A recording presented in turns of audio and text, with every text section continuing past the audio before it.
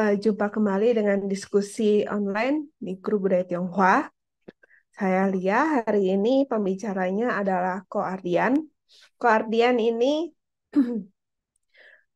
adalah salah satu pendiri grup budaya Tionghoa, kemudian juga dia pemerhati budaya tentunya. Lulusan Pasca Sarjana Filsafat di Universitas Parahyangan, Bandung, juga salah satu eh, tim dalam World Tourism. Untuk mempersingkat waktu, eh, jadi kalau misalnya teman-teman tahu kan uang itu kita pakai sebagai untuk eh, jual beli barang. Nah, terus kenapa sih kita bahas uang hari ini dan apa hubungannya dengan budaya Tionghoa? Kita dengarkan saja pemaparan dari Ko Ardian. Silakan, Ko. Ya, terima kasih, Lia. Selamat malam, teman-teman semua, Bapak-Bapak, Ibu sekalian. Kita hari ini membahas satu hal yang mungkin menarik, yaitu uang dalam perspektif budaya dan filsafat Tionghoa.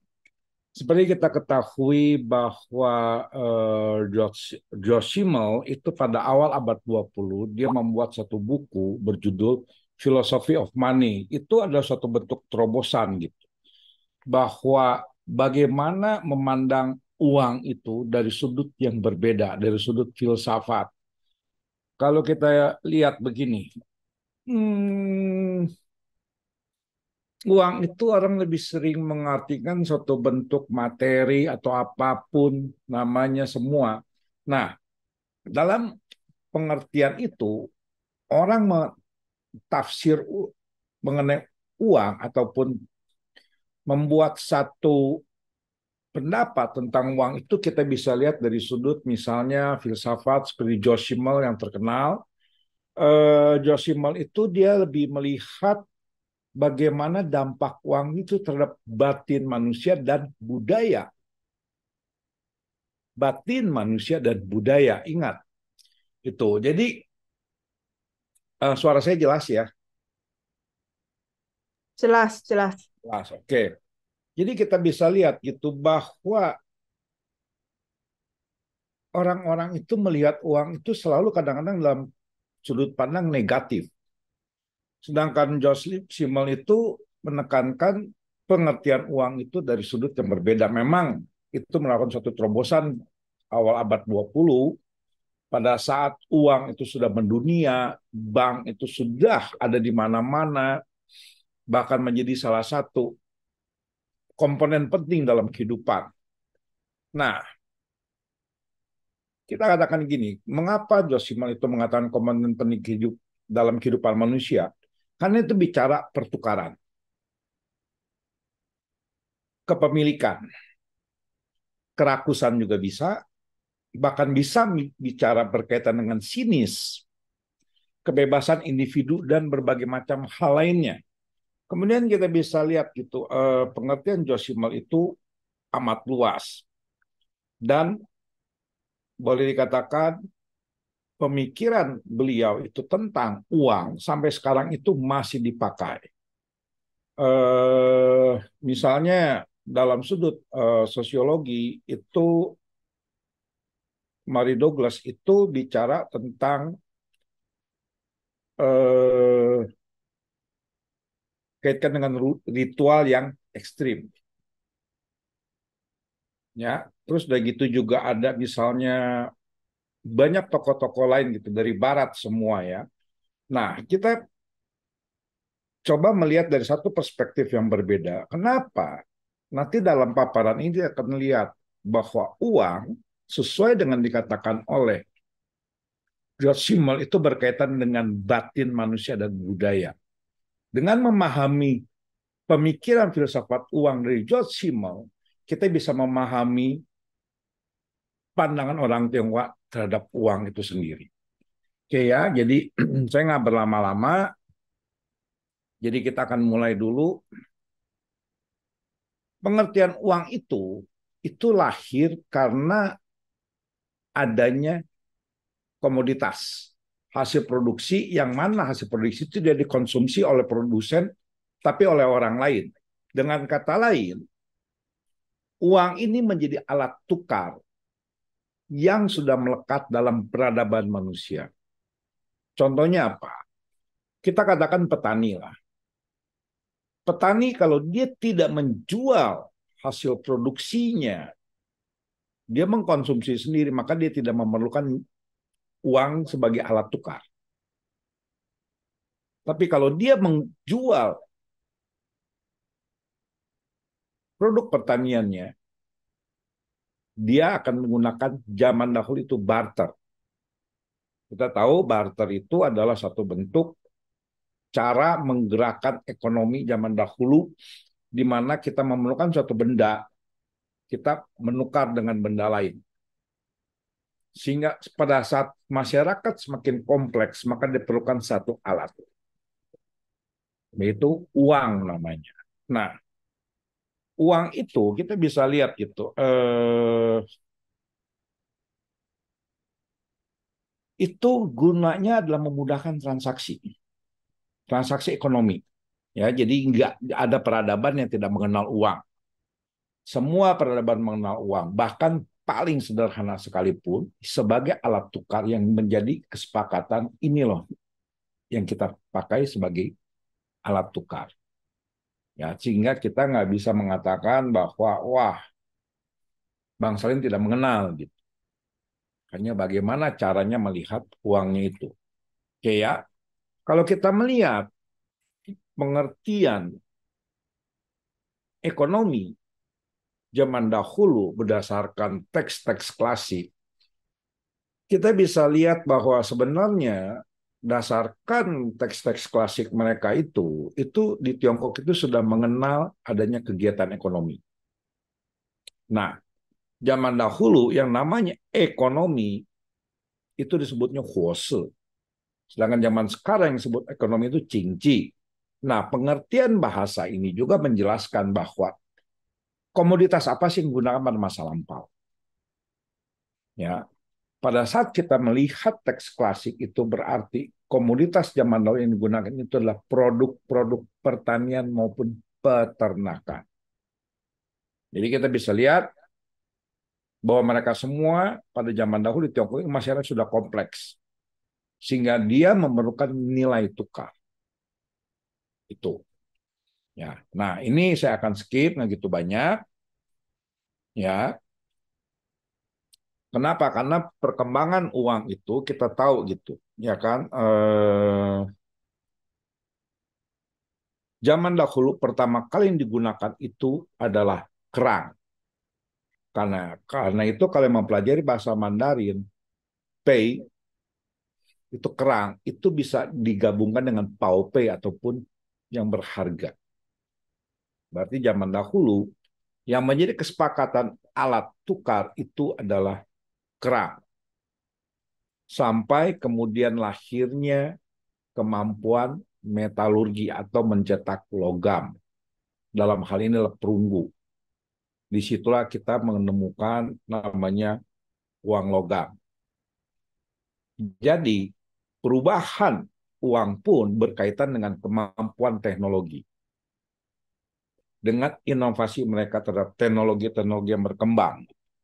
Ya, itu jadi nggak ada satu peradaban yang tidak mengenal uang ataupun alat tukar. Tergantung yang mana yang mereka gunakan. Kebetulan menggunakan seperti ini pada zaman Shang. Nah,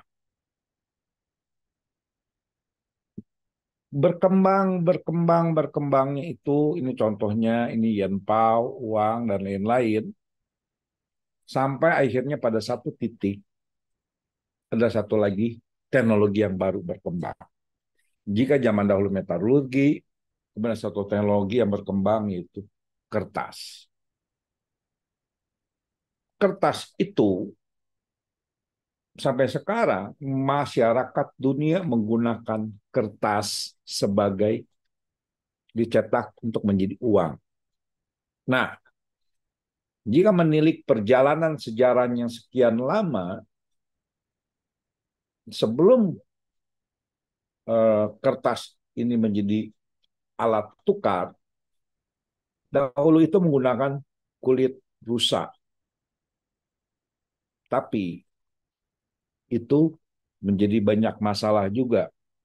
Jadi sampai mereka menemukan cara membuat stempel sistem perbankan yang kuat kuku, baru bisa kertas itu menjadi alat tukar. Ya, nah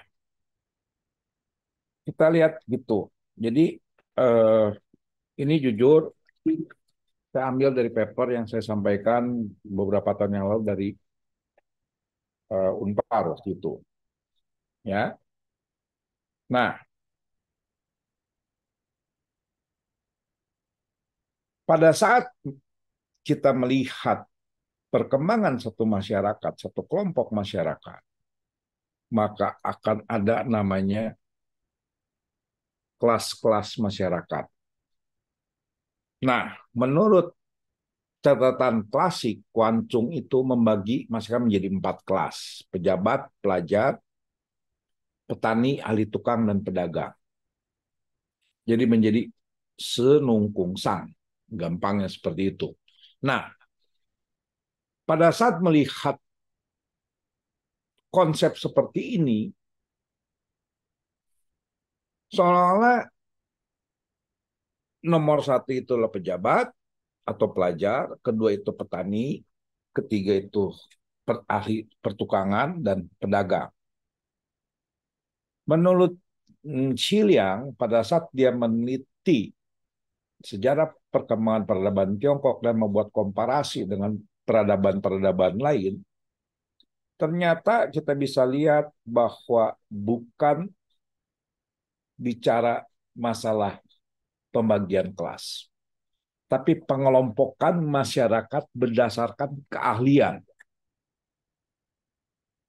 Jadi, zaman dahulu itu, kalau kita katakan pengertian masyarakat, itu seolah ada satu kelas strata sosial, mana yang lebih tinggi, mana yang lebih rendah, segala macam.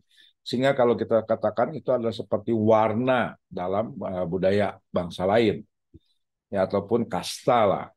Sedangkan di sini ternyata dia itu membuat satu kelompok masyarakat yang menguasai skill keahliannya itu dan diwariskan. Jadi kita bisa katakan ini juga termasuk konsep warna ataupun kasta. Ya, tujuannya apa? Tujuannya itu agar skillnya itu tuh diserap oleh kelompok itu sendiri gitu. Nah, ini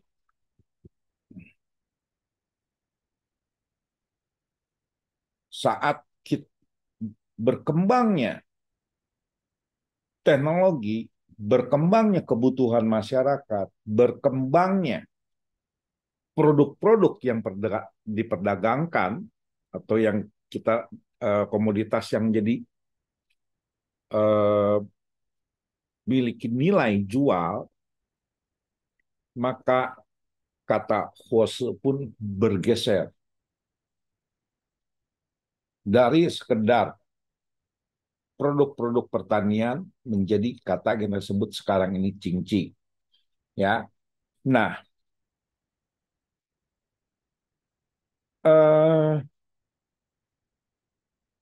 banyak sekali kita bisa lihat gitu ya kan, pemikiran tentang kelompok masyarakat ini berkaitan dengan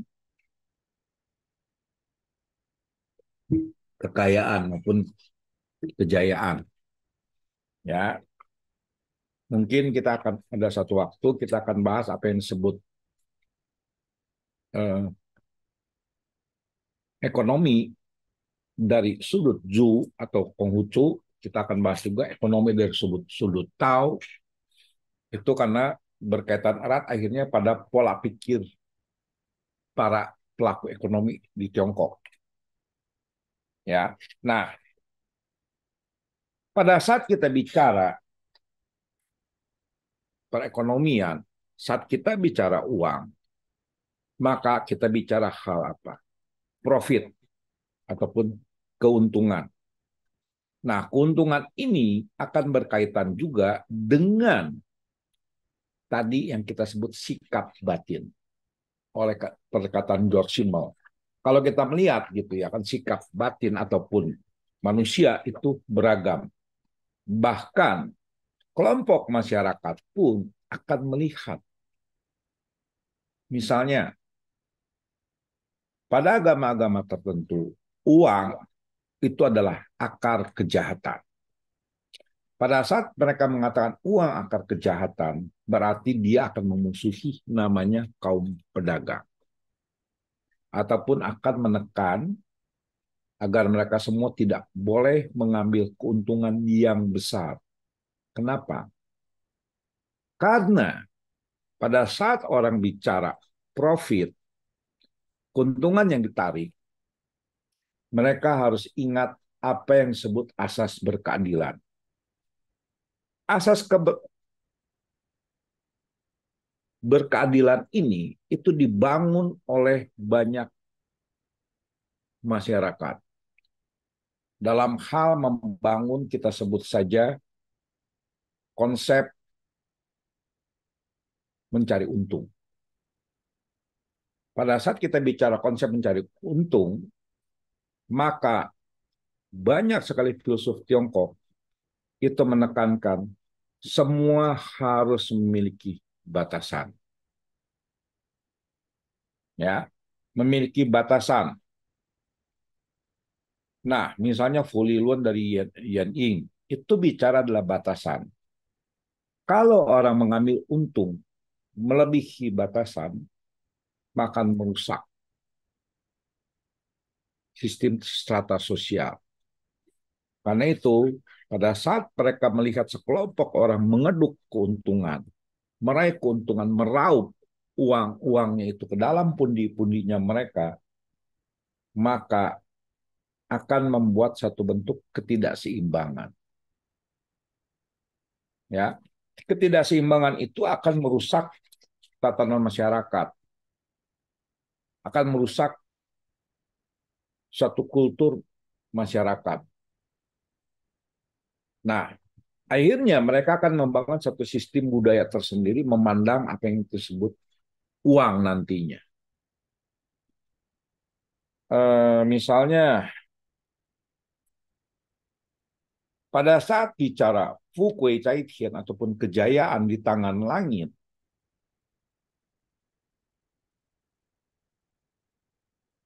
bukan berarti orang itu tidak boleh mencari profit ataupun keuntungan atau mencari uang sebagai simbol status sosialnya ataupun sebagai simbol pemuasan kebutuhan psikisnya mereka ataupun simbol kekuatan psikologinya mereka. Ya, bukan cuma itu. Tapi mereka perlu beberapa hal yang paling pentingnya itu adalah apa? Bahwa segala sesuatu harus dijalankan dengan tahu ataupun aturan.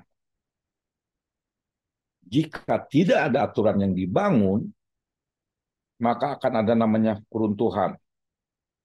Misalnya saat Moze bicara keadilan dalam pusaka yang berharga dan lain-lain, bagaimana membagi uang itu secara merata? Menjadi satu pertanyaan besar. Bagaimana mencari uang dan membagi keuntungan dari uang yang didapat itu secara baik dan benar. Caranya adalah dengan keadilan. Keadilannya apa? Sistem pajak. Karena itu salah satu bentuk distribusi kekayaan itu dilakukan melalui sistem pajak. Jadi Mozi zaman lalu juga sudah berpandangan bahwa untuk membuat distribusi kekayaan dari sekelompok orang itu harus dengan pajak. Jadi jangan sampai ada orang-orang yang memupuk kekayaan tertentu kaya luar biasa, sehingga sekelompok masyarakat miskin luar biasa dan negara itu kalah kaya dengan orang-orang tersebut. Maka jika itu terjadi, maka harus ada satu bentuk tindakan. Karena itu dalam pepatah orang Tionghoa itu ada perkataan begini, kekayaan seseorang tidak boleh melebihi negara. Seorang kaya tidak boleh bisa mengatur negara. Maka perpajakan itulah. Pada saat Anda lihat hal seperti Fupu Kecangguo, maka akan ada paham mengapa pemerintahan PRC ataupun Tiongkok itu sekarang ini membatasi kekayaan beberapa konglomerat besar. Karena asas keadilan yang dibangun ribuan tahun yang lampau. Sehingga bagi sekelompok orang, uang itu adalah memiliki nilai kebebasan. Bagi sekelompok orang, uang itu harus memiliki batasan kebebasan. Dengan kata lain, kapitalisme terkontrol maupun kapitalisme bebas. Ataupun kapitalisme liberal. Kalau kita bicara masalah kapital ataupun modal, keuntungan, harus ada pembatasan di satu sisi adalah silahkan. Tapi pada saat kita berpikir kapitalisme liberal sekalipun, dia akan menggunakan sistem pajak sebagai asas keadilan itu. Ya. Sehingga kita bisa lihat perkataan Cheng Li itu adalah keadilan yang berkebajikan. Itu. Sehingga permasalahan-permasalahannya ini nih bisa kita lihat gitu. Bahwa segala sesuatu Anda mengambil terlalu banyak, busur akan patah. Jadi sebelum kita bicara pengambilan terlalu banyak, kita menggunakan kata Cheng Li. Gampangnya gini, bolehlah cuan lah, tapi yang Cheng Li lah gitu kan. Artinya apa? Kita diizinkan mengambil keuntungan dengan dasar tadi keadilan, ataupun kita sebut saja yang layak atau fully loan. Mengambil keuntungan yang layak. Nah, permasalahan yang layak itu suka-suka sih, gitu ya. Tapi akhirnya nanti pasar menentukan gitu. Ya. Nah, ingat pada saat Yoshimar bicara filosofi uang, dia akan bicara juga masalah ketamakan, kerakusan. Nah, itu dikatakan oleh Kungzi sendiri bahwa setiap tindakan yang mengutamakan profit akan menimbulkan dendam. Ingat, sebagai seorang pedagang sekalipun, tidak boleh selalu menitik beratkan profit yang berlebihan. Jadi akhirnya kita balik lagi pembatasannya apa? Cheng Li. Cheng Li. Kalau Anda nggak bisa Cheng Li, maka orang akan dendam. Orang akan menilai itu orang kikir luar biasa. Padahal belum tentu. Kenapa? Karena dari sudut psikologi, uang itu juga bisa menunjukkan prestis seseorang. Uang juga bisa memberikan rasa aman seseorang. Believe it or not, uang itu bisa memberikan rasa aman. Bisa memberikan rasa nyaman. Nanti kita akan ketemu dengan namanya Li Pao di sini. Ya. Nah, karena adanya profit yang berlebihan menunjukkan dendam, sehingga akan melahirkan chaos, kekacauan. Karena itu dibuat lagi satu poin lagi, bagaimana menata ini ekonomi, maka sudah dikatakan bahwa menjadi standar, kalau kita sebut human rights, ataupun hak asasi manusianya itu, dalam konteksnya di Tiongkok itu sendiri adalah Wang Zi Min Wei Tian, Min Yi Se Wei Tian. Jadi seorang pimpinan, seorang raja itu adalah yang terutama bagi dirinya adalah rakyat. Ya, dan bagi rakyat yang terutama itu adalah makanan. Pada saat ini tidak berjalan dengan baik, maka akan terjadi pemberontakan ekonomi. Pemberontakan petani. Hal ini bisa diterapkan juga pada satu sistem perusahaan. Hal ini Wang Zi Min Wei Tian, Min Yi Se Wei Tian itu bisa diterapkan pada satu perusahaan. Siapa yang menerapkannya itu? Huawei, Zheng Chengfei. Anda perhatikan bagaimana dia memperlakukan karyawannya dan memperlakukan customer. Itu adalah Huawei punya prinsip. Diambil dari sini. Ya, jadi kita bisa lihat gitu bahwa saat bicara poin ini juga bicara adalah kestabilan negara. Bisa juga kita katakan kestabilan perusahaan. Bisa kita sebut ketentraman negara.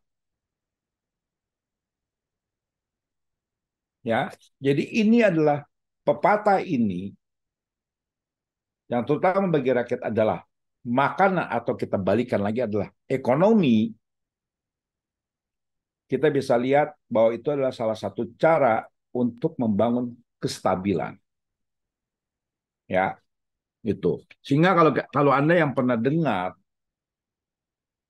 dari pepatah money to get the power, power to protect the money dari keluarga Medici, Itali, pedagang, itu keluarga pedagang zaman dahulu,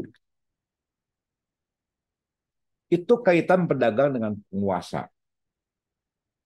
Tapi di Tiongkok itu melihat ini kaitannya adalah penguasa dengan rakyat. Jadi gampangnya, power to get the money, istilah saya, money to protect the power. Jadi sebuah, kita bayangkan aja paling gampang begini. Pada saat seorang tiran, dia berkuasa menjadi diktator segala macam, oke lah, dia mengambil keuntungan. Bisa kita sebut saja dianya itu menjadi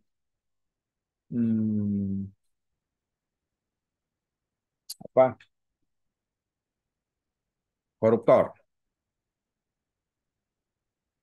Percaya atau tidak, seorang koruptor sekalipun dia harus membagi keuntungannya ataupun uangnya itu untuk melindungi kekuasaannya dia. Makanya power to get the money, money to protect the power.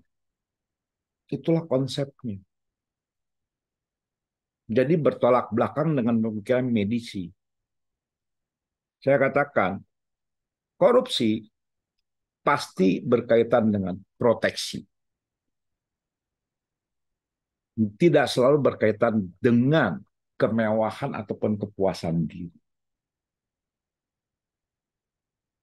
Karena itu sulit sekali membasmi korupsi kalau sudah berkaitan dengan proteksi diri. Dan ini menjadi poinnya di sini. Ya, itu. Nah, pada saat kita bicara di sini, kita balik lagi pada sistem keadilan yang tadi, itu pajak. Pajak itu kan tujuannya apa sih? Selain bicara keadilan, pemerataan distribusi kekayaan.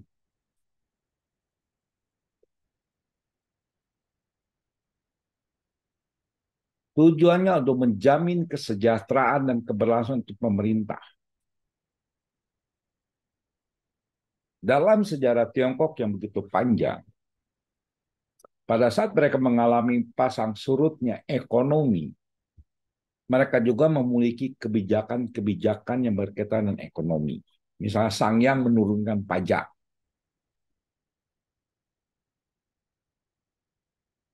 Jadi ada beberapa tips-tips yang mereka lakukan. Dan sebenarnya kalau saya lihat, pemerintah Tiongkok itu sedang mengambil pola-pola yang dilakukan pada masa zaman periode peperangan dahulu. Bagaimana mengatasi permasalahan-permasalahan itu.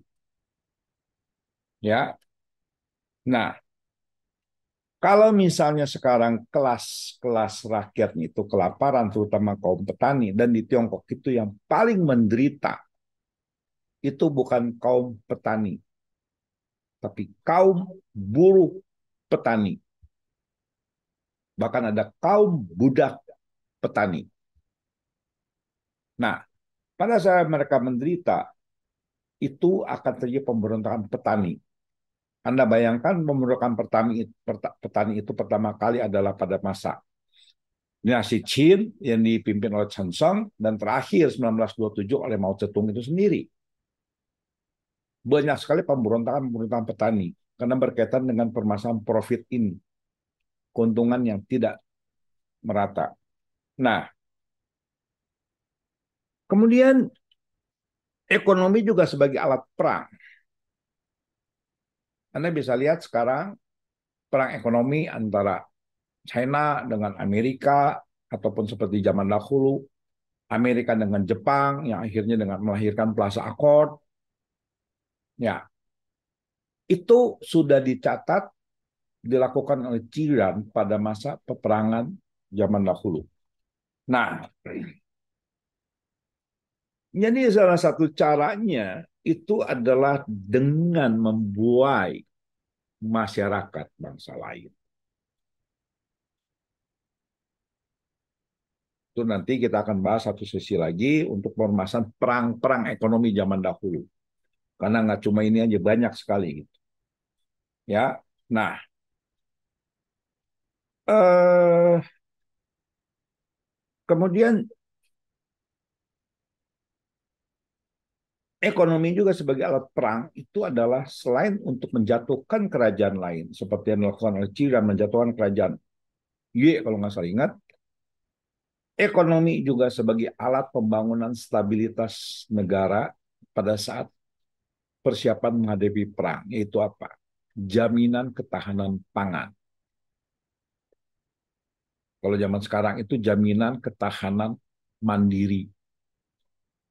Karena pada saat global supply chain ini ada satu bentuk perubahan-perubahan sehingga ketergantungan satu negara dengan negara lain itu semakin erat. Ya, itu. Nah, kemudian Jiran itu menyatakan begini. Dan itu Anda bisa lihat ini menjadi style pedagang-pedagang di Glodok. Pada umumnya, bahwa cash flow yang bergerak cepat itu jauh lebih baik. Cash flow yang bergerak cepat ataupun aliran uang yang berputar terus-menerus itu adalah hal yang baik. Sehingga bagaimana caranya membuat perputaran itu cepat? Ambil profit margin tipis sekali. Itu. Nah, akhirnya pola seperti ini kan melekat pada banyak para pedagang Tionghoa kan. Bahkan kalau mereka itu kadang-kadang jualnya jual modal. Yang paling penting dapat bonus. Cash-nya yang dimainkan terus, cash flow. Yang disebut bergerak seperti aliran air, tiada henti. Pergerakan harus cepat. Dan diterapkan juga oleh Sangyang. Selain bicara, bukan Sangyang, sorry.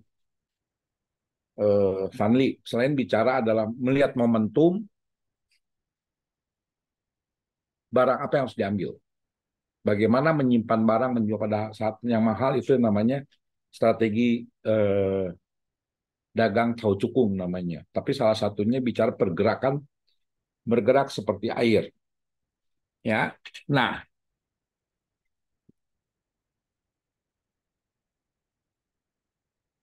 pada hal bicara ke ekonomi sebagai alat perang dan bergerak seperti aliran air, Sangyang tadi itu yang saya katakan, dia menekankan pentingnya ketahanan pangan atau ketahanan negara terhadap, kalau boleh bilang, embargo negara lain.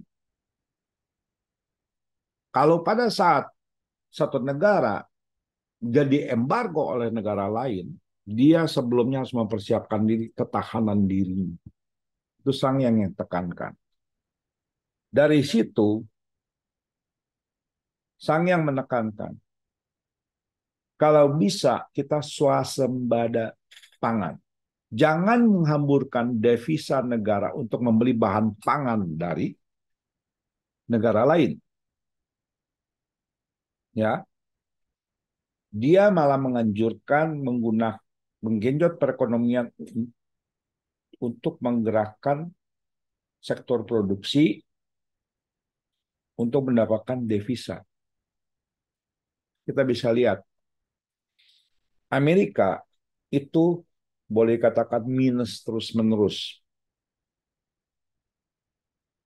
Tapi kenapa dia nggak bisa diganggu? Nanti ada penjelasannya, nanti zaman Sung itu terjadi. Pergerakan seperti itu mengakibatkan terkurasnya devisa. Makanya Donald Trump menekankan kemandirian, mengurangi pemborosan devisa, melepaskan ketergantungan dari negara lain. Dengan kata lain, proteksionisme zaman sekarang.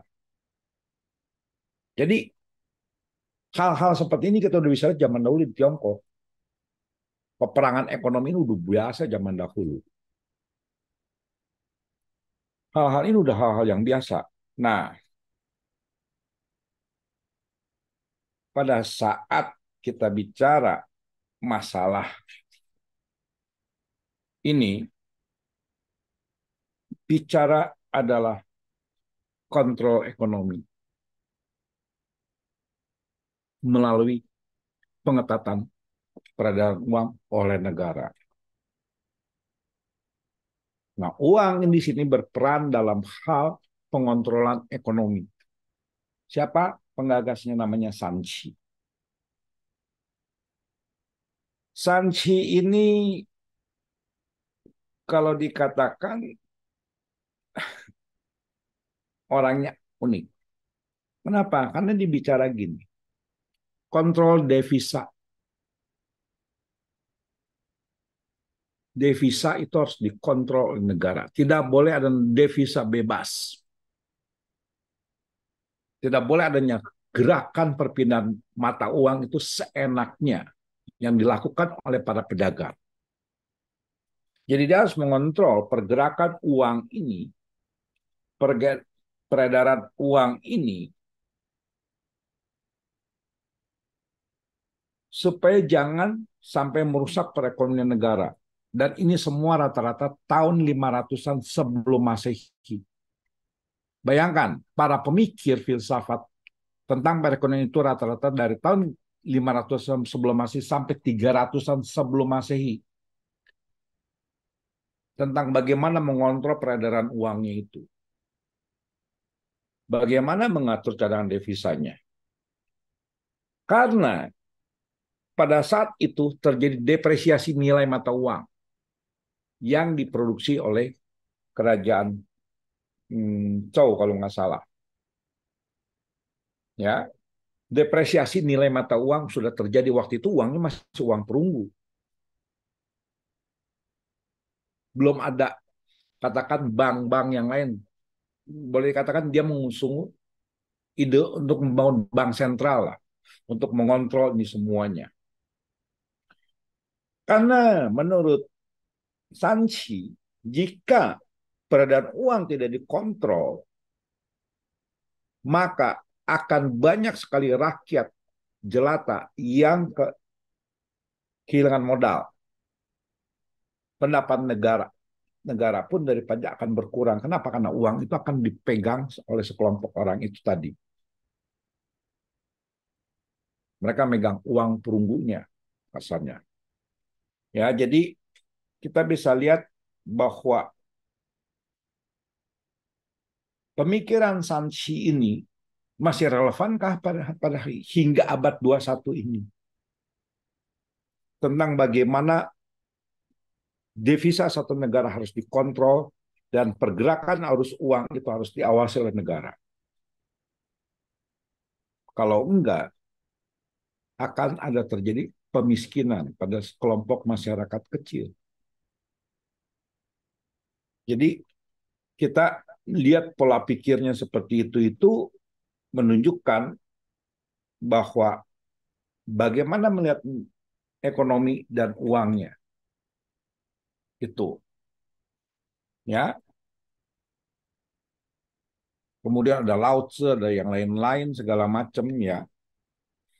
Nah, kalau misalnya Lao Tzu itu bicara adalah bagaimana uang itu menjadi salah satu hal yang bisa membutakan batin manusia.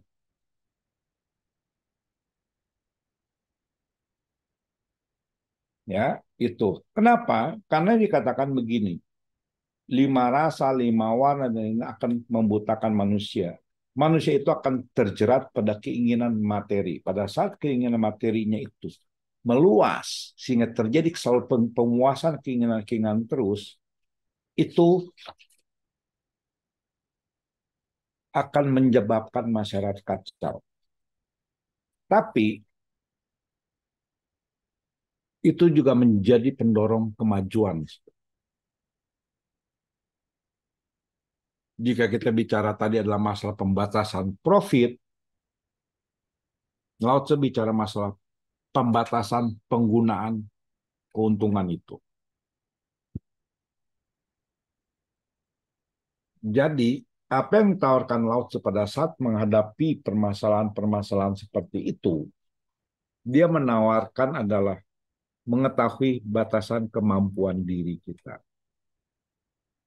Ya, jadi pada saat tahu batas kemampuan diri kita, kita akan bisa terbebas dari jeratan-jeratan uang itu, ataupun boleh dikatakan kalau menurut Tolstoy itu uang itu ada alat untuk memperbudak manusia. Leo Tolstoy itu ya seorang tokoh dari Rusia sih, kemudian ya nasibnya apes lah. Itu bicaranya adalah masalah uang itu adalah alat perbudakan. Nah, Lao Tzu sudah melihat bahwa kebutuhan-kebutuhan materi itu berkaitan dengan uang itu akan memperbudak manusia. Tapi bukan harus dilenyapkan, harus dibuat batasan. Jika Josimal menekankan pentingnya uang itu, tapi juga meletakkan pada individu agar bijak menyikapi uang itu, Lao Tzu pun meminta kita agar bijak menyikapi uang itu dan kata Zhu Changle, alias tahu batas itu adalah kebahagiaan tiada tandingnya. Ya, itu. Nah,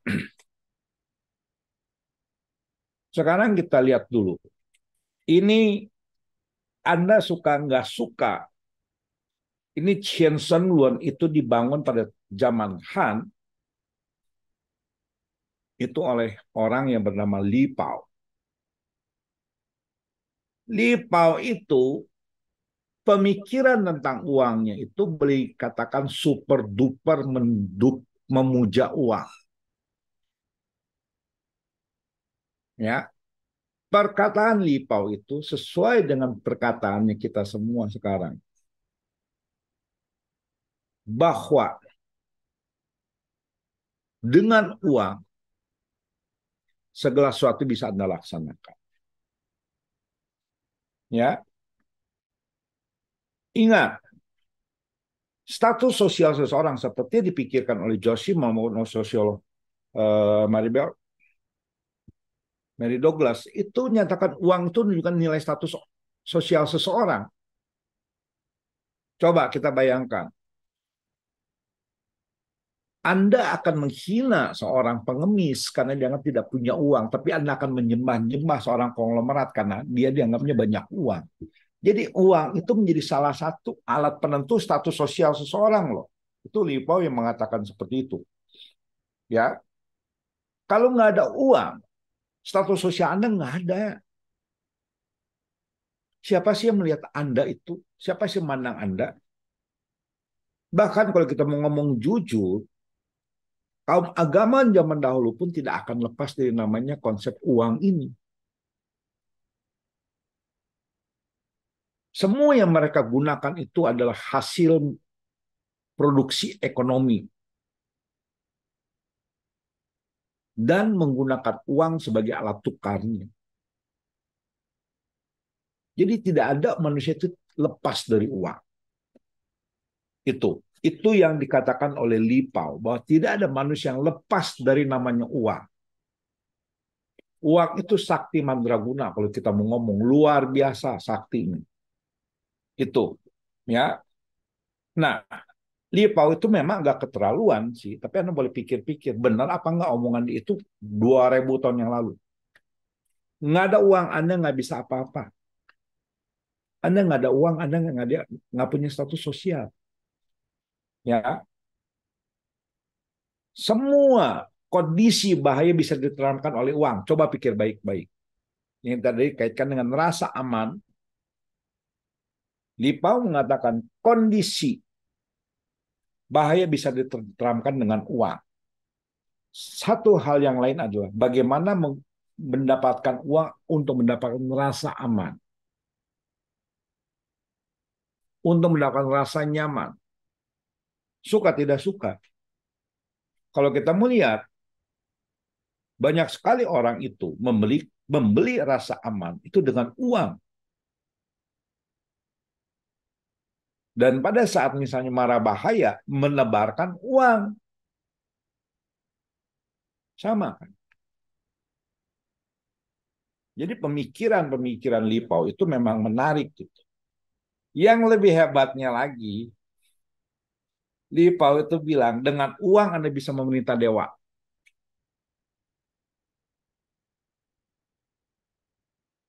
Pernah terpikir?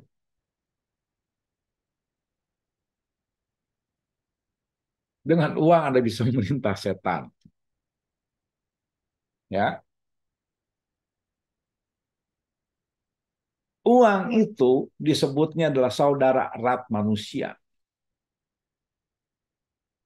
Tiada manusia yang lepas dari uang. Ya, itu. Nah, kemudian Lipau menggunakan satu istilah kung fang xiong. Kita bisa lihat bahwa nanti akan lihat apa itu kung fang xiong dan juga pastinya omongan Lipau itu banyak yang tentang. Salah satunya Kung Lin. Kung Lin itu ngomong, uang itu benda nggak berguna katanya. Saat kelaparan nggak bisa dimakan, saat kedinginan nggak bisa dipakai. Jadi uang itu baru memiliki nilai guna pada saat ada sekelompok masyarakat yang menggunakannya. Kalau nggak ada masyarakat yang menggunakan itu uang nggak punya nilai.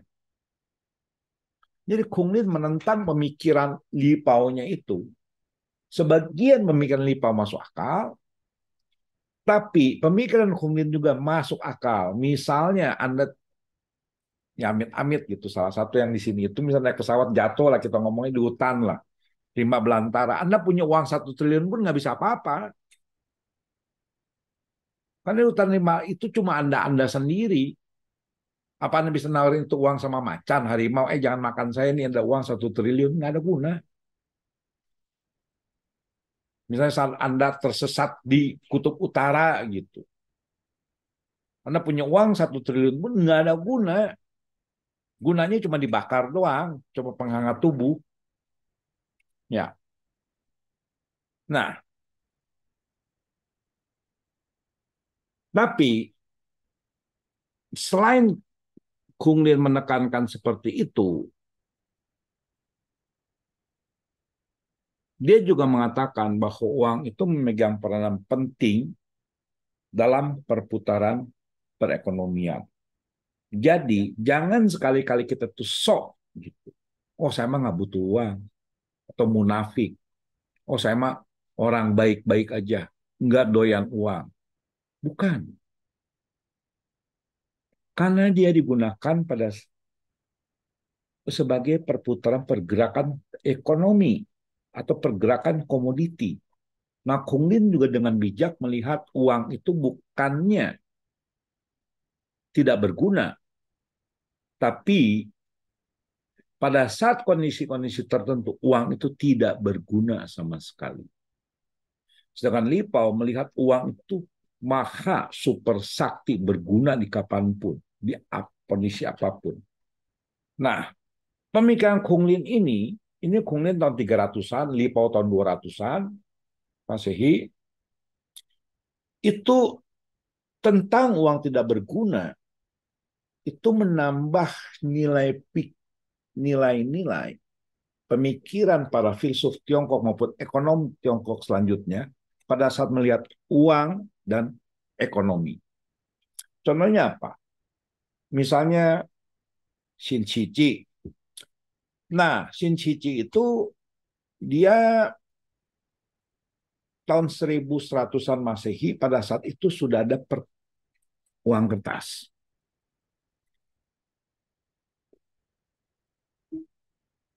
Ya. Nah, pada saat ada uang kertas ini beredar, dia melihat pergerakan uang kertas itu memudahkan pergerakan masyarakat juga. Ya. Tapi dia sudah berkata satu hal, kita sebut inflasi.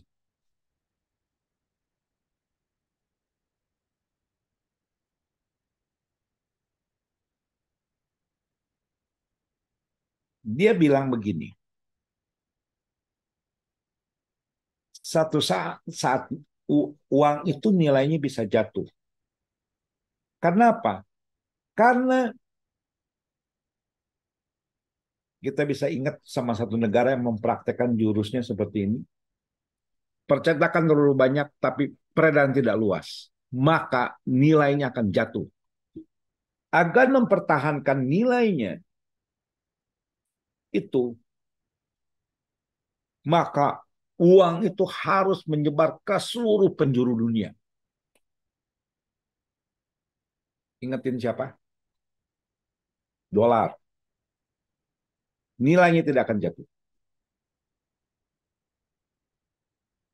Jadi pada saat itu dulu dia harus ada cadangan devisa, maaf, cadangan emasnya setara dengan nilai yang dikeluarkan. Pada saat itu dari jomplang, uang yang beredar tidak setara dengan cadangan devisa sehingga nilai uang itu jatuh. Nah, cara mengatasinya adalah penyebaran seluas-luasnya. Semakin berputar, semakin banyak wilayah yang beredar, maka ini bisa mempertahankan nilainya. Ya, Anda akan ingatlah pada satu negara ini. Ya, nah, kemudian selain bicara itu, Xin juga menganjurkan menjaga nilai mata uang jangan jatuh. Jangan boleh dipermainkan oleh orang-orang tertentu.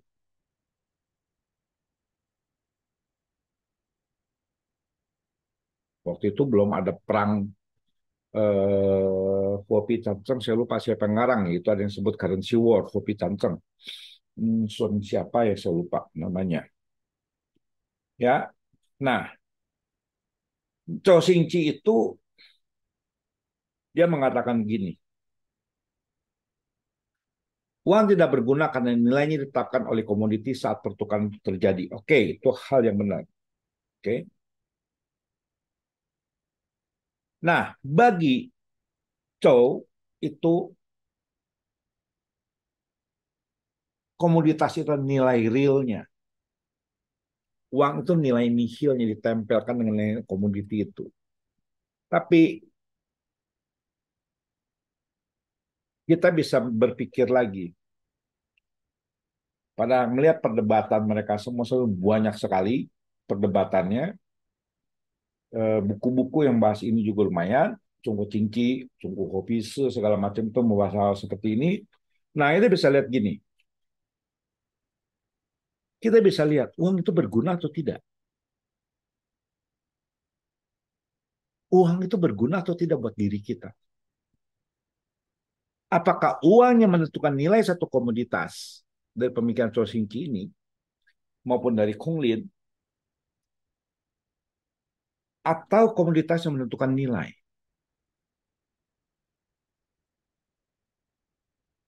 Itu. Jadi dua pertanyaan yang kita bisa lihat, apakah yang menentukan nilai uang itu?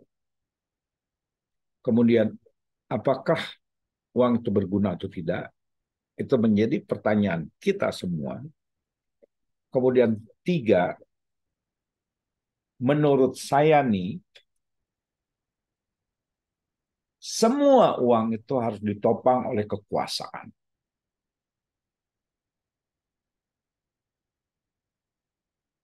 Kekuasaan ini belum tentu berarti kekuasaan negara. Belum tentu berarti juga kekuasaan militer. Tapi dia harus bisa memiliki kekuasaan yang mempengaruhi nasib satu negara. Ya, itu. Dengan begitu, uang menjadi memiliki nilai. Pada saat kekuasaan turun tuh, uang itu tidak memiliki nilai. Ya, itu. Nah, sekarang kita lihat namanya Kung Fang Xiong yang tadi dikatakan oleh Li Pao. Ya, apa sih itu yang disebut Kung Fang Xiong? Kung itu artinya lobang, Fang itu adalah bulat, empat persegi, Xiong itu saudara. Nah, uang orang Tionghoa itu setelah memasuki zaman Qin dan selanjutnya,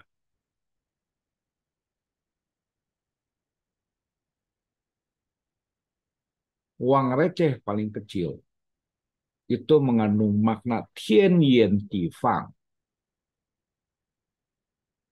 Jadi,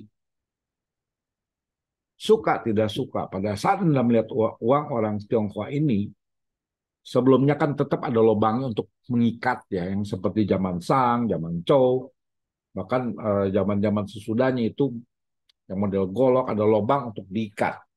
Tapi pada saat bicara Kung Fang Xiong, itu bicara apa? Filsafat yin dan yang. Jadi uang pada saat dia mencetak uang koinnya seperti ini, dia seperti pemikiran George Simmel menunjukkan budayanya, pemikirannya. Gak cuma secara, boleh katakan, psikis ataupun pikiran, tapi juga secara fisik, materi. Uangnya seperti ini. Itu. Nah, ini saya skip aja. Ya, ini Anda bisa lihat, ini yang using Pak Ko ini ya perdebatan bahwa ini uang ini mengandung nilai filsafat orang Tionghoa gitu katanya. Ini Patwa dan lain-lain. Terserah, silakan menilai itu uang $1 Singapura. Ini kaitan dengan feng shui dan lain-lain. Nah, pada saat pergerakan uang, itu tujuannya adalah mengidealkan nilai tukar. Mengidealkan atau membangun satu hubungan yang ideal antara orang lain. Itu uang, itu salah satu fungsinya.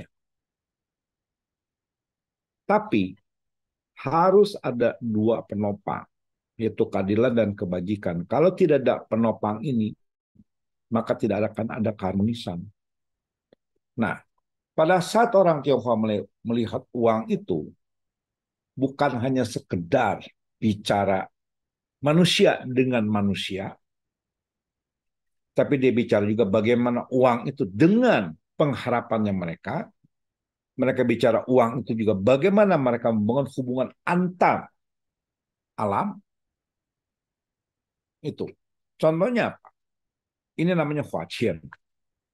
Huaqian ini nggak ada nilai. Anda nggak bisa bawa ke toko belanja pakai huaqian ini. Bisa digebugin. Bisa dianggap Anda ini orang sakit jiwa. Karena huaqian ini memiliki nilai. Memiliki ekspresi budayanya dia. Ini tiga bentuk huaqian. Ya, ini memiliki simbolnya pohon. Ini adalah banyak sekali talisman, menambangkan satu fungsi menekan yang buruk, dan ini adalah uangnya I Huang Sangti yang dipersembahkan kepada I Huang Sangti.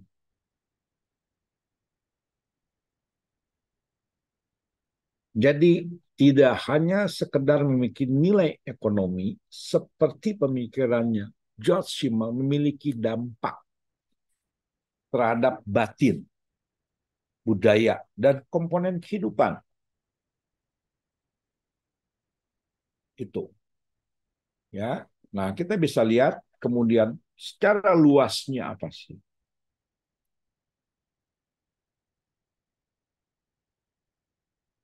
Uang itu tidak hanya sekedar alat tukar ekonomi, tidak sekedar alat untuk penunjuk status sosial Anda, bukan sekedar alat untuk pemuasan diri Anda.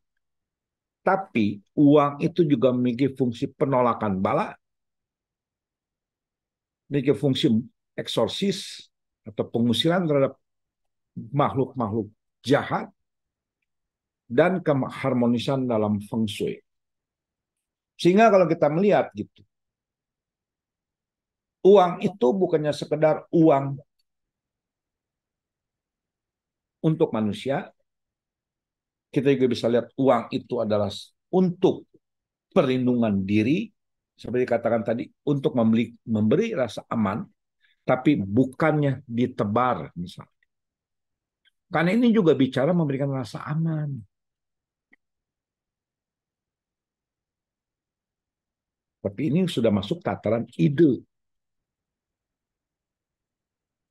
Dan yang digunakan bukan uang beneran. Karena ada yang kita sebut huaqian. Itu. Ya, sehingga kesimpulannya saya, terakhir, negara tetap harus mengontrol uang dengan asas keadilan dan kebajikan. Jadi tidak ada negara yang tidak berperan dalam hal ini, misalnya dengan pajak. Jadi jangan ngomel-ngomel kalau digerebek sama pajak. Saya juga amit-amit jangan kena gerebek juga ya, takut juga sih. Tapi kita lihat bahwa pajak itu sebagai salah satu alat fungsi untuk menjamin asas keadilan. Dan menurut saya, ini semua menurut saya, uang itu menjadi nilai ekonomi jika ada kekuasaan menopangnya. Nah, uang itu dan guna uang dari zaman ke zaman bisa beragam dan menjadi bahan perdebatan. Misalnya apa? Saya rasa zamannya dulu, Li Pao hidup itu nggak ada Bitcoin. Kung Ling pun nggak ada Bitcoin. Bahkan zaman George Simmel pun nggak ada Bitcoin gitu. Ya, nah kita bisa lihat dalam budaya Tionghoa, lambang uang itu adalah lambang keharmonisan. Dan dalam budaya Tionghoa, fungsi uang itu sudah melampaui fungsi ekonomi. Sekian dan terima kasih. Maaf kalau ada salah bicara, juga terlalu bicara terlalu cepat. Silakan, ada pertanyaan? Selamat malam. Ya, Em, Sebelumnya saya ketinggalan slide 1 sampai 7 aja sih. ya. Bisa bisa preview nggak? Terima kasih. Maksudnya review apa? Dilihat slide 1 sampai 7 karena ketinggalan tadi. Eh, Aduh, nanti aja dah. eh, Andi ya. Sebentar. Ini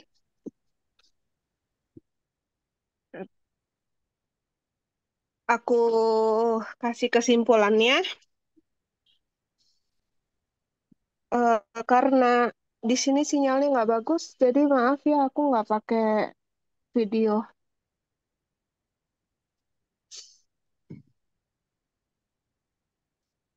Jadi topik hari ini adalah uang dalam perspektif budaya Tionghoa dan dikemukakan tadi uang sebagai alat tukar antar komunitas setelah masyarakat menjadi semakin kompleks dan uang itu berguna untuk memudahkan transaksi ekonomi. Kemudian kalau di Cina kuno itu kegiatan ekonomi dulunya disebut sebagai huoshi. Terus uang kertas pertama kali digunakan secara resmi itu zaman dinasti Sung. Awalnya menggunakan kerang, kemudian menggunakan perunggu. Itu berarti terkait dengan teknologi juga aja perubahannya. Pernah juga menggunakan kulit rusa, terus kemudian kertas menjadi alat tukar setelah ditemukan stempel. Jadi untuk mengamankan transaksi dan uang dari penipuan dan lain-lain. Kemudian Kuancong terkait dengan ekonomi juga membagi masyarakat menjadi 4 kelas berdasarkan keahlian adalah pejabat dan pelajar, petani, ahli tukang, dan pedagang. Kemudian Fung Tze menyebut 4 asas mencari untung itu adalah keadilan alias Yi, jalan alias Tao, takdir alias Ming, dan etika Li, serta kesetaraan alias Jun. Kemudian Yanying juga berkata bahwa batasan keuntungan itu adalah keadilan. Moche juga menyebut soal eh, ekonomi ini dengan berkata keadilan adalah pusaka berharga. Jadi dia bicara itu bagaimana membagi uang dan keuntungan secara baik dan benar. Itu bicara keadilan dan arti lainnya juga bicara soal pajak. Kemudian kalau teman-teman mendengar kata cengli gitu, itu sebenarnya cengnya itu bicara soal perasaan dan li-nya itu bicara tentang aturan. Jadi kalau yang cengli lah itu ya terkait dengan dua itu. Kemudian ekonomi juga bisa sebagai alat perang.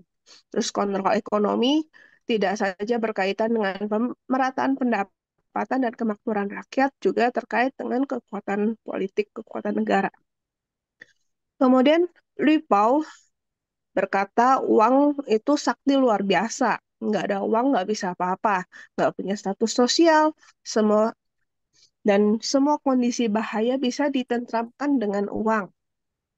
Bahkan dengan uang bisa juga untuk merintah dewa dan setan. Namun, Kung Lin berkata uang adalah benda tidak berguna karena saat kelaparan nggak bisa dimakan, saat kedinginan juga nggak bisa dipakai. Baru berguna di masyarakat yang menghargai. Jadi, uang itu digunakan sebagai pergerakan komoditi. Kemudian menurut pemateri sendiri, semua uang itu harus ditompang oleh kekuasaan, baru bisa memiliki nilai. Dan eh, kesimpulan terakhir, koin bulat berkata yin yang serta 5 unsur, yang mana ini berkaitan dengan budaya dan nilai filosofi, alias Tian Yuan Di Fang, langit bulat, bumi kotak. Kemudian kita eh, ke pertanyaan pertama, itu adalah dari Pak Erwin. Tolong tanya filosofi uang logam, lingkaran, dan kotak ini sudah disebutkan ya, dan juga sudah saya sebut ulang dalam kesim, eh, kesimpulan tadi. Terus ada yang bertanya dari Bu Santi, Mao Zedong aslinya perebutan kekuasaan antar partai dan petani. Dan petani cuma digayat untuk mendukung partainya Mao dengan janji tanah alias agraria reform supaya bisa menang. Kalau baca buku sejarah Tiongkok, apakah begitu? Ya, Silakan. terima kasih Bu Santi. Sebenarnya yang pertama kali memberikan janji Janji tanah atau agrarian reform itu selain Sensang tahun 200-an sebelum Masehi, itu namanya Changjiao. Changjiao itu Anda tinggal baca di cerita Romance of Three Kingdom, itu dalam kitab Five King. Cuma dalam Romance of Three Kingdom itu nggak dibahas apa sih yang ditawarkan oleh Changjiao itu kepada rakyat jelata kaum budak petani. Jadi itu Mao Zedong itu ketinggalan zaman, ya. Itu untuk agrarian reform, karena di Tiongkok itu jujur kita harus katakan yang berkuasa itu adalah para bangsawan. Mereka memiliki hak pengelolaan tanah yang luar biasa, kemudian disewakan kepada orang-orang yang dianggap loyal untuk menggarap, sehingga kelas paling bawah itu adalah kelas budak petani, tidak memiliki hak kepemilikan tanah.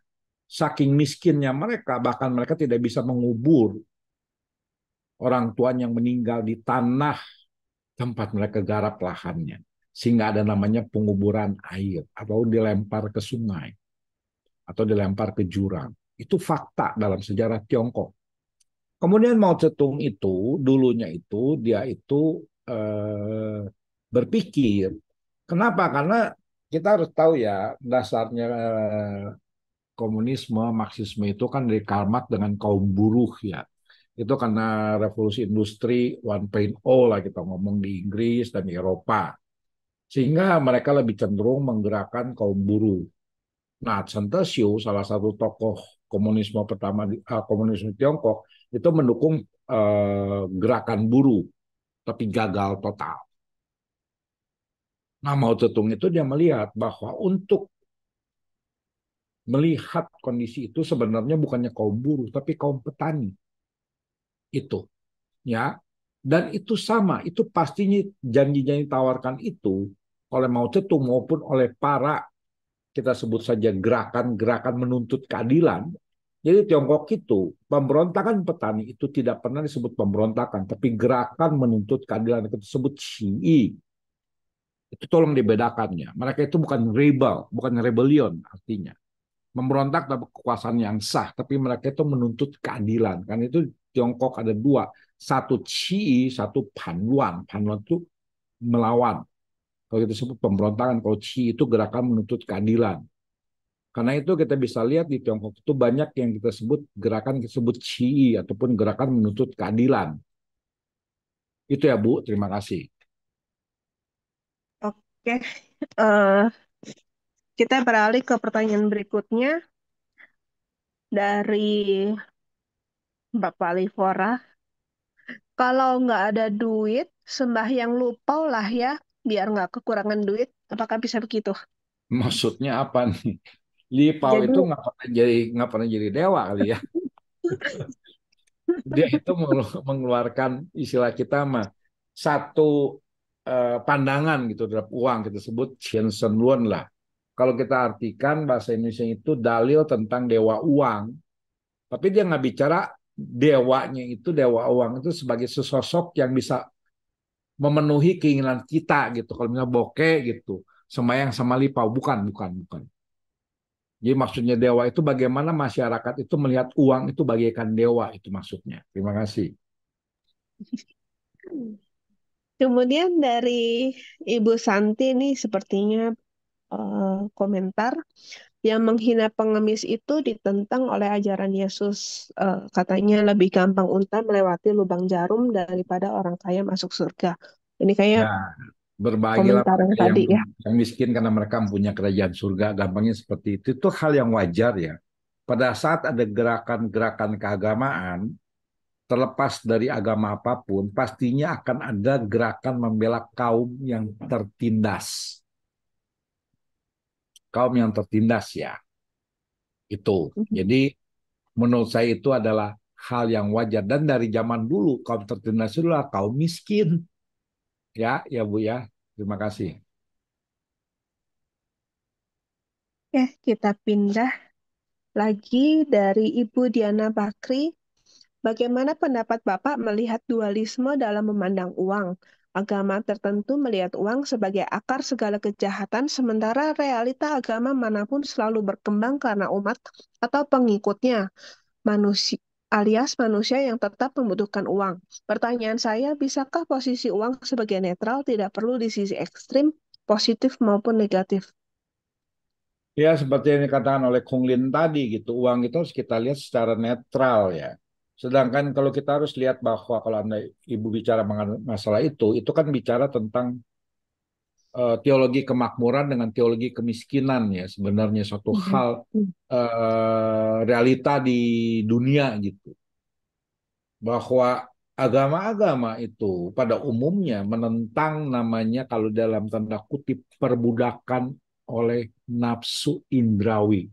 Contoh tadi saya paparkan adalah dari Tao Te Ching itu sendiri yang dipaparkan oleh Lao Tzu, agama Buddha juga sama gitu. Tapi dalam hal ini itu ya maaf mungkin Katolik ya maksudnya Ibu ya, itu lebih melihat uang itu adalah akar kejahatan, uang. Sedangkan bagi Taoisme maupun Buddhisme, dia melihat itu bukannya uangnya, tapi dia melihat adalah nafsu-nafsu duniawi manusia itu sebagai akar kejahatan. Sehingga saya lebih berpikir ya lebih paling netral itu pemikiran Kung Lin. Kalau kita melihat pemikiran Kung Lin itu ya benar sih.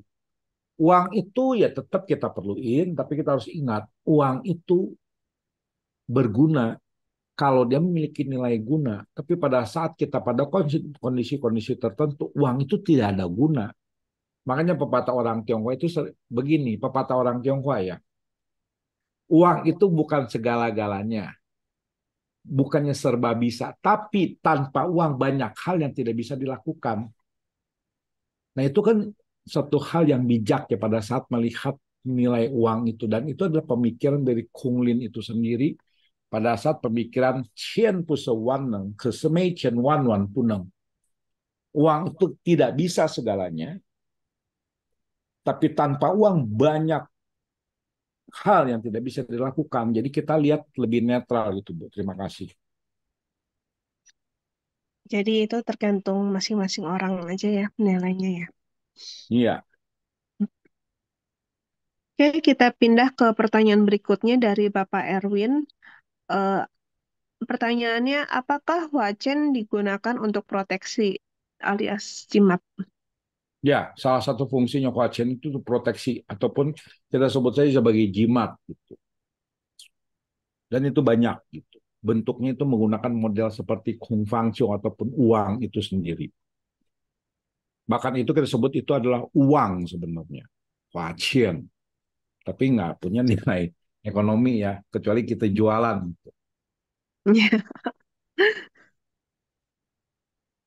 Pertanyaan berikutnya dari mm, Bapak Tehantong. Dalam satu tradisi, uang dari kertas ginjal pada yang baru meninggal nggak usah dilipat. Pada yang 3 tahun, kok dilipat 3 lipatan? Apa alasannya? Nggak selalu sih, ada yang Kurang. dilipat juga, tapi nggak ditekuk. Ya, gampangnya gitu. Nah itu bicara adalah asas kesempurnaan. Jadi dalam konsepnya kita sebut saja pandangan orang Tionghoa tentang alam kematian,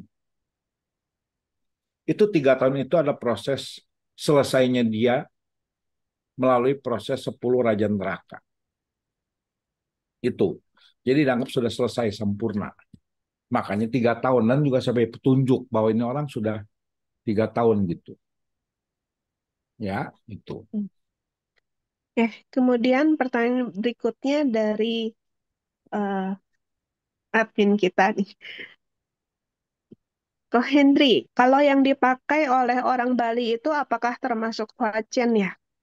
Ya, kalau yang sekarang Huachen, kalau zaman dulu uang perunggu beneran.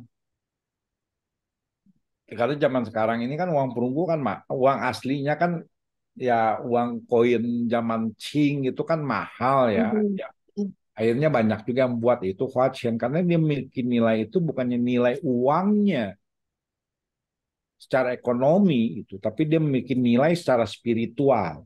Itu. Nah, terima kasih. Oke, kalau ada pertanyaan lain bisa angkat tangan. Kalau mau bicara langsung, bertanya langsung. Silakan.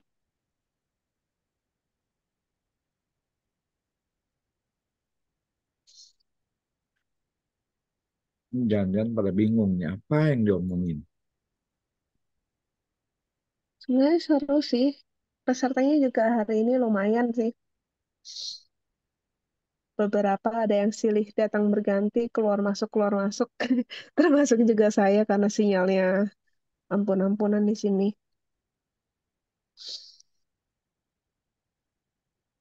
Hmm, Ya, kita bisa lihat gitu dalam pengertian orang Tionghoa itu uang itu bukannya sekedar nilai ekonomi lagi. Uang mhm, itu menjadi satu pemikiran mereka dalam melihat berbagai masalah di luar dirinya. Udah bukannya masalah status sosial lagi. Kita bisa lihat gitu. Misalnya apa? Uang untuk orang yang meninggal, ya kan? mhm. Ataupun uang untuk mengantarkan mereka meninggal, Ya, gitu. Bahkan ada uang juga itu. uang digunakan sebagai pengusir eksorsis gitu. Bahkan Ya, ngusir setan. dalam feng shui pun menggunakan uang gitu. Bukan berarti bayar ahli feng shui ataupun pembangunan feng shui, tapi memang benar uang itu digunakan ataupun kita sebut saja uang perak ataupun uang emas ataupun uang koin itu. Jadi memiliki satu nilai dan pemikiran mereka tentang uang itu digunakan dalam feng shui itu lebih ke arah konsep energi, konsep chi.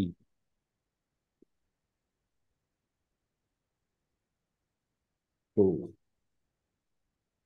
Makanya Oke, dalam banyak jadi ritualnya mereka mhm, itu menggunakan kita sebut saja papau. Pak.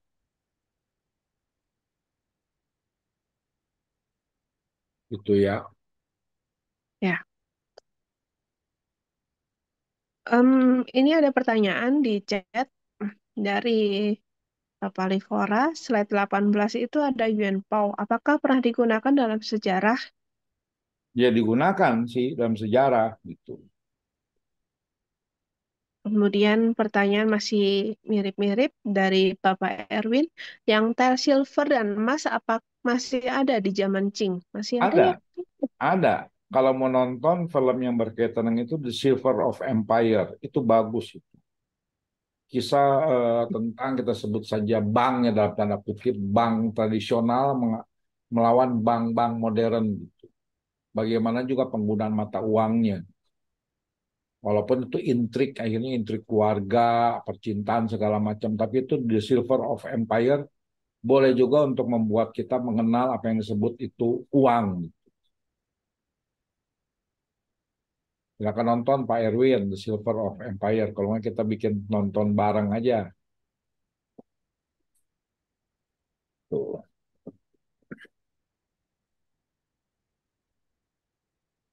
Ya, itu. Bahkan nanti kita bisa Ya. lihat gitu bahwa perang antara Ming dengan Spanyol pun terjadi di Filipina gitu. Karena masalah uang juga uang uang perak gitu. Ya, dan itu juga mungkin salah satu penyebab perang candu juga sih, permasalahan the silver gitu. Ya, Masih ada uang ya. ya, itu tapi itu kita mungkin bahas nanti pada saat kita bicara masalah Sang dengan Sang. Hmm. Nah, kapan itu? Itu kayak lagu aja kapan-kapan.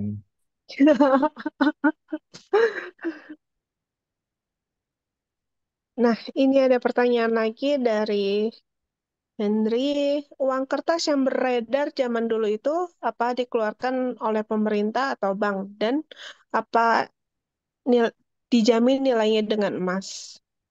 Nah, itu tadi dia salah satu inflasi zaman Sung dan zaman Yen, terutama zaman Yen ya, karena penjaminan emasnya itu tidak memadai dengan pertukaran uang. Makanya tadi itu eh, ada usulan gitu, bagaimana untuk menjaga nilainya gitu ya. Kan itu dalam peredaran uang seluas-luasnya. Kan Amerika menggunakan cara begitu.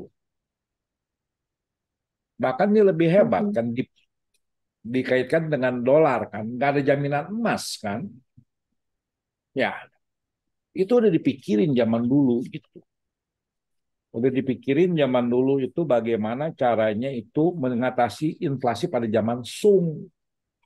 Jadi zaman Sung itu udah inflasi. Nah, salah satu keruntuhan dinasti Yuan juga karena inflasinya super duper gitu. Karena cadangan jaminan devisanya itu emasnya itu udah nggak memadai lagi, ya Hmm. itu jadi kita lihat itu pemikiran-pemikiran itu tuh sebenarnya kan luar biasa ya zaman dulu ya. Eh, Shin Shichi itu kan lihat begitu gitu, ya. Dia harus buat perputaran uang itu digunakan seluas-luasnya. Maka kita perhatiin nantinya bahwa setelah itu banyak sekali mata uang dari negara lain itu.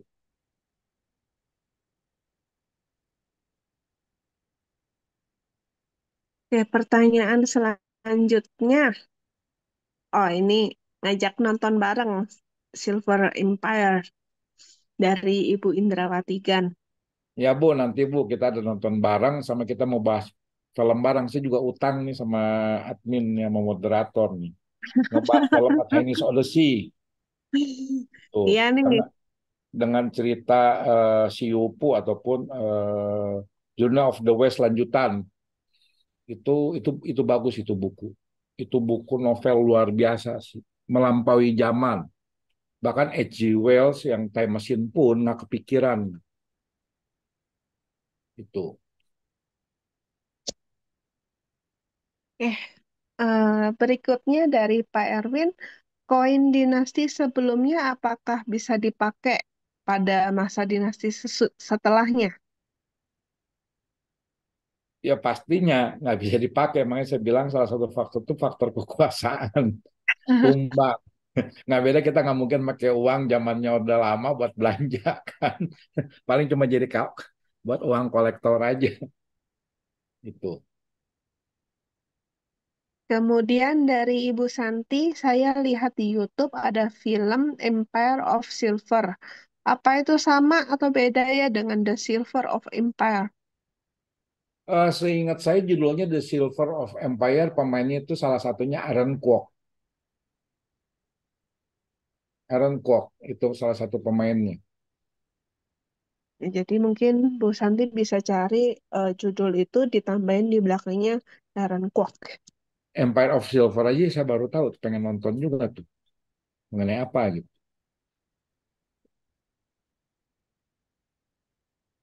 Oke, kemudian dari Ibu Indrawati Gan, tadi mengenai kerang yang dipakai jadi uang sebelum kenal uang lembaga dan segala macam. Kerang yang dipakai apakah sembarang kerang atau adakah jenis tertentu dan pertimbangannya kenapa ya kok jatuhnya ke kerang? Itu kayaknya hal yang lumrah di banyak peradaban menggunakan kerang ya. Satu itu kerang itu ada dua macam. Satu yang buat apa eh kerangnya apa sih namanya? Model kayak kerang darah lah modelnya jadi utuh dua-duanya itu nilainya lebih tinggi. Kemudian yang kita sebut kerangnya dan kebanyakan itu kerang laut yang kecil-kecil semua. Nah, kerang itu juga yang kerang apa yang model kayak kerang darah ya mungkin ibu tahu ya modelnya ya itu yang ada nilainya sama kerangnya apa ya itu saya nggak tahu namanya dah tapi bisa dilihat nanti kerangnya itu seperti apa. Nah itu karena laut Bu.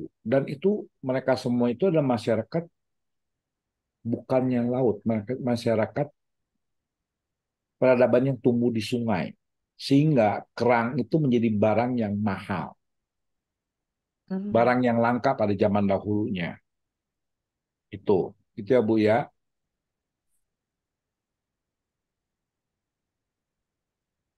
Apa ya nama kerangnya ya? Nanti saya harus cari nama nama nama kerangnya dalam bahasa Indonesia ada.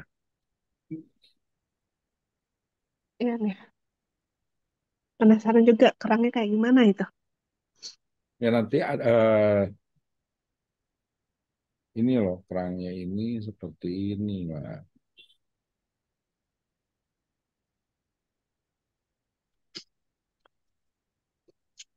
Eh, ini. Ini Ini apa namanya ya? Sama yang seperti kerang darah, Bu.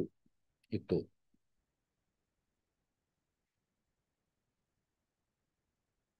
oh kerang yang buat main ini nih Kan apa namanya congklak. congklak. Ah, itu kerang kubuk kali ya. Ya, ku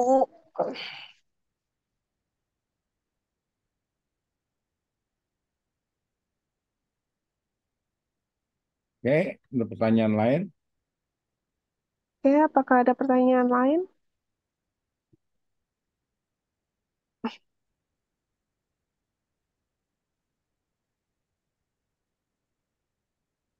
Kayaknya nggak ada nih.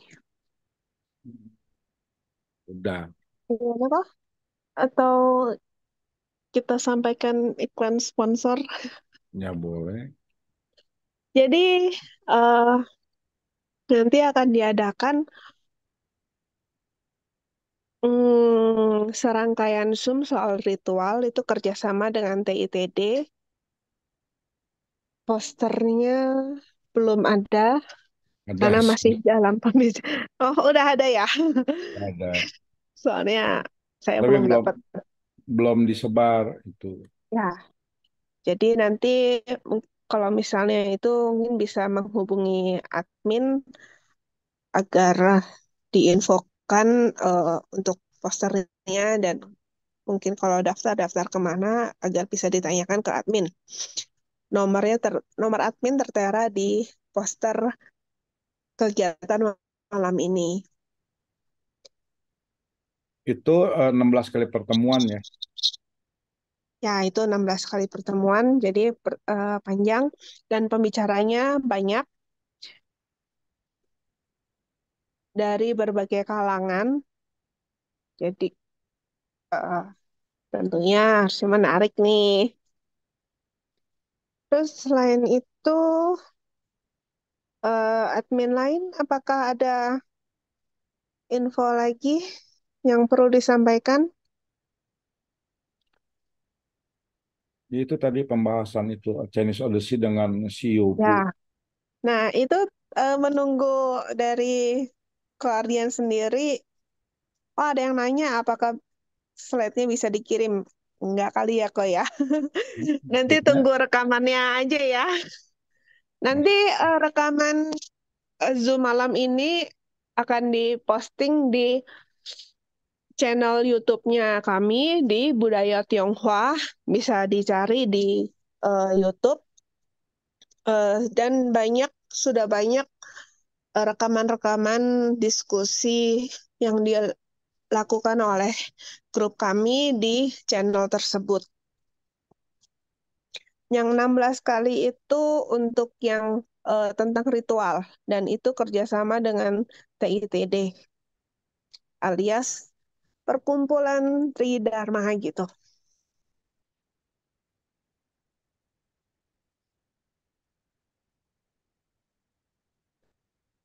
nah ini pertanyaan pengemis dari zaman dulu. Maksudnya kelas apa? Maksudnya, oh itu udah di luar kelas itu. Sama seperti kalau kita lihat empat kasta, kalau pengemis pun ada itu udah di luar dari kelas itu. Jadi udah nggak ada nilainya lagi di mata masyarakat gitu.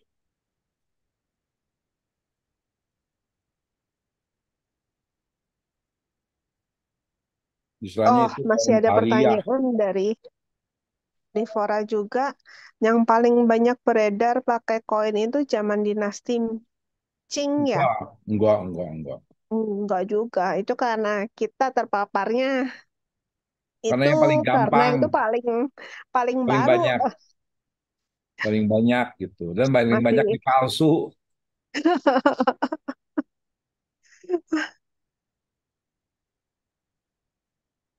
kalau untuk bahas talisman itu coba dicari sendiri di linknya. di kayaknya link channel. Oke, terima kasih atas kehadiran teman-teman semua dalam diskusi malam ini. Untuk yang masih ingin lanjut ikut ngobrol, dipersilakan tetap stay di Zoom. Selamat malam dan terima kasih. terima kasih Hari semuanya. ini Mohon maaf kalau ada salah ucap dan salah bicara.